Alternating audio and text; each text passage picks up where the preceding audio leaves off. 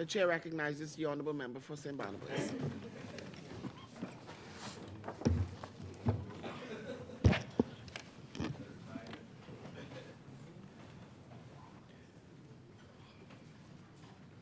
Thank you very much, Madam Speaker. Madam Speaker, I rise on behalf of the great people of the constituency of St. Barnabas, like former members, to mark this historic moment and reflection point in our nation's history. Madam Speaker, there are moments in a nation's history that remain ironclad in the annals of that history and whose resonance and reverence is so powerful and profound, it presses upon its people to have it said in its consciousness and indelibly imprinted in their hearts.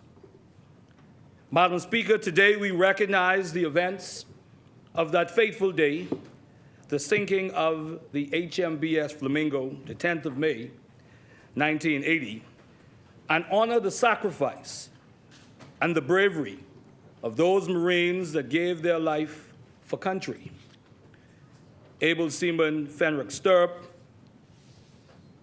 Marine Seaman David Tucker, Marine Seaman Edward Williams, and Marine Seaman Austin Smith. We also salute Whitfield Neely, now Lieutenant Commander, as history records, who had been stationed on one of the captured craft, who collected all the survivors, 4 of whom were wounded.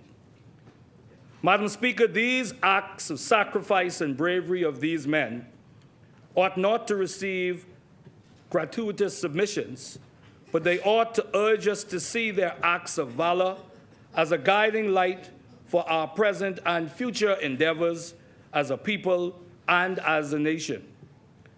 There will forever be lessons in their legacy and their legendary selfless acts of sacrifice, lessons of duty to country, commitment, bravery, sacrifice, courage, and love of country.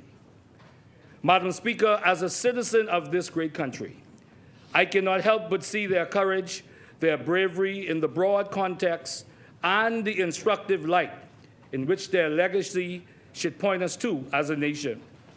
In our 50th year of independence, their courage should not be simply quantified in the moment we memorialize today, though justified, but to ask, where is our courage today, and how will that courage craft a transformed Bahamas over the next 50 years?